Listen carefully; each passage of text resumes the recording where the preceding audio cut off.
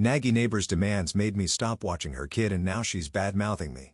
I, female 35, am a stay-at-home mom with 2 kids, John, male 10, and Ava, female 8.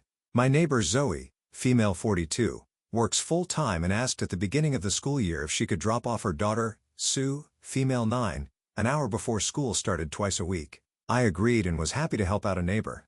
However, things got bad pretty quickly. My kids do not get along well with Sue and see entertaining her as a chore. Both of my kids enjoy sports, arts and playing outside while Sue is glued to her phone.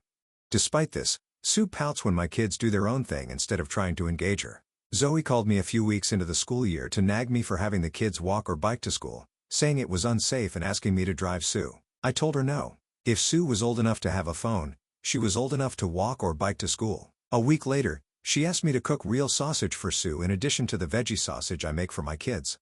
My husband and I don't buy meat. I told her, no. Sue could eat what I cook, but if she wanted specific food, she would have to prepare it herself.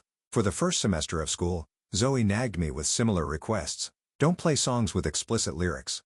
Don't let multiple kids on the trampoline simultaneously. Watch the kids when they're outside, etc. When I refused, she was respectful and would be like, sorry to bother you.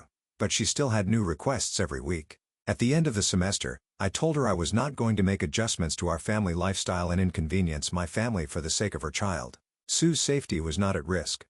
If she was unsatisfied with Sue's situation, there were plenty of other people in the neighborhood who could watch her. Zoe seemed really receptive, and I was hopeful that would be the end of her nagging. Then when my kids got home on December 20th, I asked, "Are you excited for 2.5 weeks with no school?" And John responded, "I'm more excited about 2.5 weeks with no zoo." Eva nodded and giggled along. It broke my heart to know that they were more happy to get a break from zoo than school. Just a couple of days ago, Zoe reached out to me thanking me for agreeing to watch Sue and asking if I could watch her a couple afternoons a week in addition so Zoe could have some me time. I told her this would no longer work. Our kids did not mesh well and I didn't want to deal with more inappropriate requests. I thought Zoe might be mad, but instead, she just begged me to watch Sue at least one morning a week. She apologized profusely and said I could parent however I wanted to.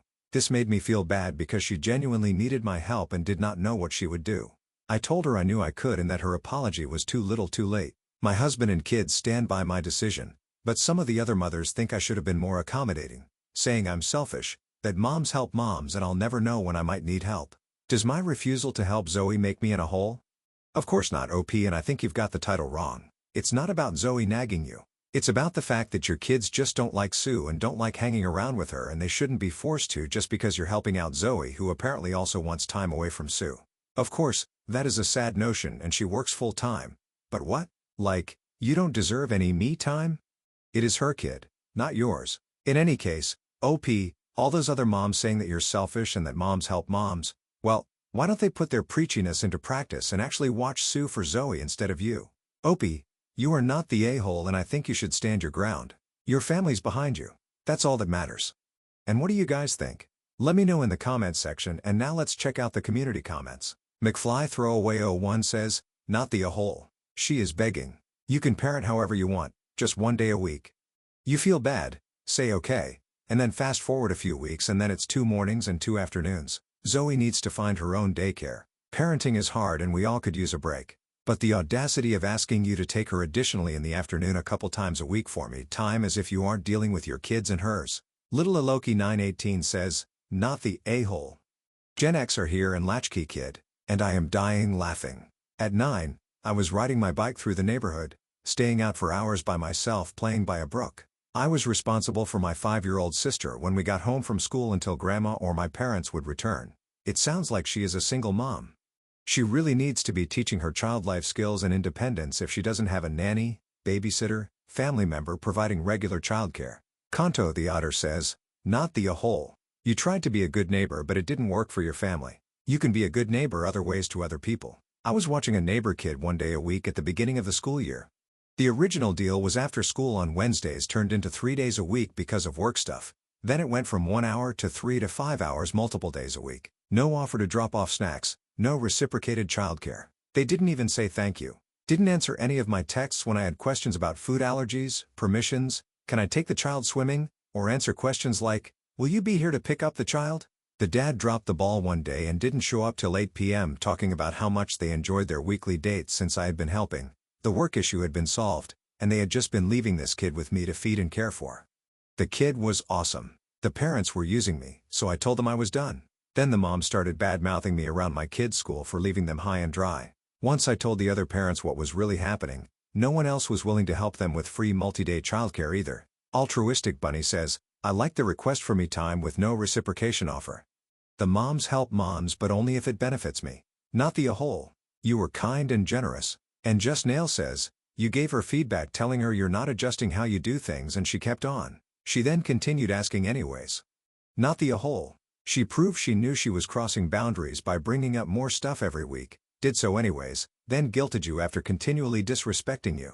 Her entitlement just grew by the weekend she earned the consequences. The community agrees that OP is not the a-hole and that Jew needs to find other arrangements. So now, let's move on to the update to see how this story ends. Thank you for the responses. It was so validating to see that you support my actions. The moms in my neighborhood didn't, but at least a few 100 strangers on the internet did. I want to address some common comments and hopefully provide reasoning as to why I initially agreed to help Zoe. In addition, there are some new developments I'd like to share. First, I want to give background. This shouldn't change the verdict, but hopefully, it makes you think I'm less of a doormat. Zoe is married, but her husband works in a city 2 hours away and is hardly ever home. And Zoe herself works a demanding job with weird hours. They already pay a fortune for their nanny, so I was happy to lift some of the burden.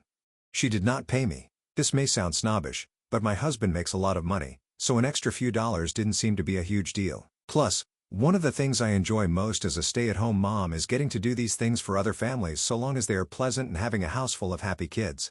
Not to get too personal, but I grew up in poverty with alcoholic parents. My parents struggled to put food on the table and our utilities frequently got shut off. So it was often the kindness of our neighbors that kept me fed, clothed, clean and maybe even alive. So yeah, in retrospect, I shouldn't have agreed to do so much for Zoe for free and I have learned from my mistakes. But hopefully, this can help you understand why I did it in the first place. Now on to the story. One of the moms who is close to me, Chen, reached out asking what happened with Zoe. I thought everyone knew, but I recalled the events of the semester leading up to a couple days ago. Jen then said that that's not the story that she heard. Zoe had told everyone that she paid me a $100 an hour and that I let the kids watch R-rated shows and eat candy for breakfast, and I called her a stuck-up bitch when she asked me not to. She told them my kids bullied Sue so relentlessly that she came home crying every day she came to my house and that I encouraged said bullying. When Zoe complained about this to me, I supposedly denied it. To top it off, I demanded Zoe pay me $200 an hour or I would stop watching her little brat. I was horrified that Zoe was spreading this misinformation about me. I assured Jen that none of it was true, showing her receipts of my text exchanges with Zoe. Jen told me she believed me and promised to help me set the record straight. I just don't know what to do because none of the moms will talk to me and all of the play dates John and Ava had scheduled were canceled. I worry because even if we can convince everyone that Zoe is a liar, people will still be suspicious of me. My family has only lived in this town for a couple of years and Zoe's family has lived here much longer. I can take my reputation being tarnished, but I worry especially for my kids. I don't want their friendships to be ruined by some girl who can't accept my decision to not provide free childcare. Wow. OP, Zoe absolutely sucks. But she kind of painted herself into a corner here. If all of her lies would actually be true, why would she ask you to continue doing childcare? I mean, the moment a good or decent parent hears that the person taking care of their kids lets them watch R-rated shows, feeds them candy for breakfast, allows their kids to bully your kid, and demands that you pay a $100 and then $200 an hour for, then, yeah, you would take your kid out of that situation right away. So I'd expose Zoe and I'd ask her, well, if I'm such a bad caretaker, why would you let me watch your kid for a whole year and then beg me to continue doing it? I mean, that's why the moms were so mad at you, right? Because you weren't helping out a neighbor? Anyway, OP, hopefully, you can expose Zoe for the liar that she is. In the meantime, here's wishing you the best in the future. Thanks so much for sharing and take care. And now let's move on to the next post that also has an update. This post is from the subreddit, Am I the A-hole? And it's by user Ayad2020A. Am I the a-hole for suggesting to my friend next time she can bring her own food? I'm wondering if I was the ul here. So I love cooking and love to host. Bearing in mind, all of us including me are Muslim and we all eat halal meat. One of my friends became vegan last year. When we go out for meals, we try to accommodate her by going to places that facilitate vegan food. That limits most of our choices as most places that serve halal food don't cater very well to vegan food. Now, we moved to a new place and I decided to invite friends over for dinner. I called my vegan friend beforehand and asked her what she would like me to make and what brand she wanted me to use. I assured her I would cook everything separately for her so there would be no cross-contamination. Food was served and she liked it. One of my friends brought for dessert homemade cheesecake that her mom made.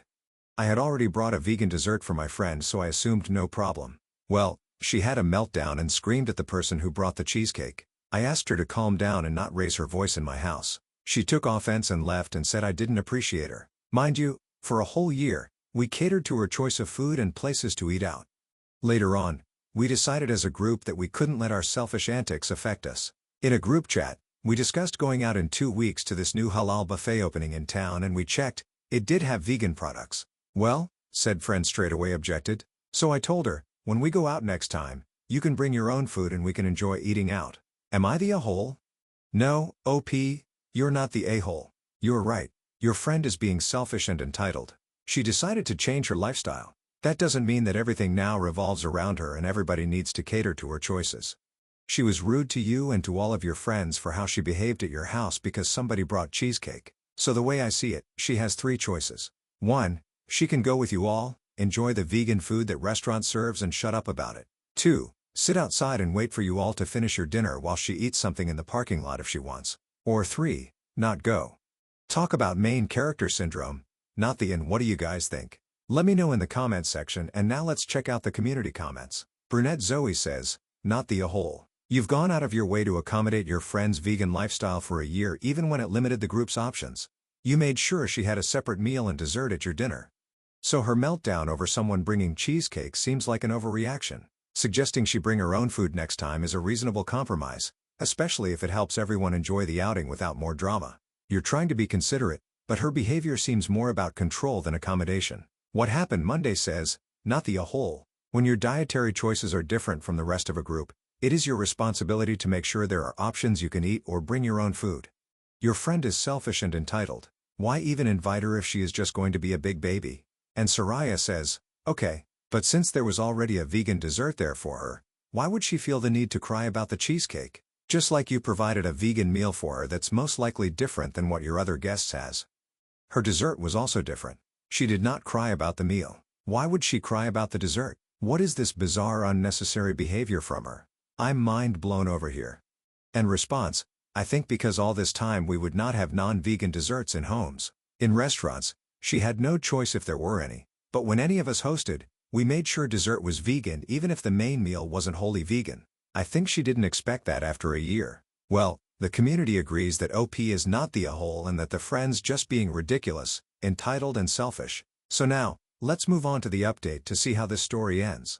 So after what happened, I created a new WhatsApp group with all my friends apart from the vegan one to discuss what happened and what to do going forward. We all agreed that we had enabled her behavior by being too accommodating and she was rude. Someone suggested I have a chat with her one-to-one and see if there were issues going on with her as her outburst is unlike her. She can be self-centered but never been that rude before. I agreed to the suggestion but told the group, I will keep the chats as backup that we all are on the same page in case she accuses me of bullying her and she would know it is not just me. I texted her and asked her to meet me at my place. The reason for that is so that number 1, she doesn't have a meltdown in public, and number 2, if she crosses the line, I was going to ask her to leave my home. My husband was on board with this and he said he would wait outside in the car so she doesn't feel uncomfortable. She wears a headscarf and when we get together, we usually are girls only. So those of us who wear headscarves can take it off. She agreed to come. We met and after greeting, I asked her up front if there was an issue. She was taken back and asked why. I informed her that what happened last time was unlike her and if she was having a hard time. She denied it in the beginning, but then burst into tears. That day, she had an argument with her fiancé in regards to her future mother-in-law. She is the only vegan in the family and wanted the wedding menu to be all vegan. In our culture, Middle Eastern, the groom pays for the wedding and her mother-in-law said that while some of the menu can cater to some vegan dishes, there will be non-vegans as well for others. And her mother-in-law said that it's not up for discussion as they are paying for the wedding. Her fiancé, while he supports her, agrees with his mom as he stated to her that she can eat what she wants, but he is non-vegan and will not adhere to her diet at home or when eating out. I asked what happened since. She said relationship is shaky and she gave him an ultimatum, either her and her views or his mother. He bluntly told her that while he loves her, He wants a partner that would accept both him and his family. He said if his mother disrespects her or anyone else in his family, he would berate him and defend her. But in return, she has to also give the same amount of respect back to him and his family. I asked her, did her mother-in-law ban vegan food from the menu completely? She said, no. She said, they will be both. I asked her when she visits her fiancé's family, do they provide vegan food for her? She said, yes. They do. I told her she was selfish and only thought of herself. I said to her that if they had not accommodated her at all, I would tell her to leave the relationship. I told her we had tried to be respectful of her choices for over a year, but we won't be doing that any longer, that she is entitled and the world doesn't revolve around her. I showed her the group chat where we all agreed that if she continues to be disrespectful, that she won't be invited out any longer with us. I told her that she needs to be grateful her fiancé was being patient with her. If my husband had been rude to my mother like that, I would have broken off the relationship. She raised her voice at me and slapped me all of a sudden. I told her to get out of my house before I called the police for assault. She said, who would believe you? Then I told her I had recorded our whole conversation in case she lied later on. She left and I messaged to the friend group, explained what happened and told them I am done with her. And if they want to hang out with her, I am fine with it. Just tell me as I don't want to see her. They were all shocked and I am now grieving the loss of a friend who I've known since I was 11 years old. And that's how you do it. That's how you effectively lose all your friends and put your relationship at risk by giving stupid ultimatums. Oh, it is a sequence of unfortunate choices that your friend is making, but you don't need to stand for it. You already have been accommodating her for over a year. Hopefully, she realizes that she's wrong and apologizes.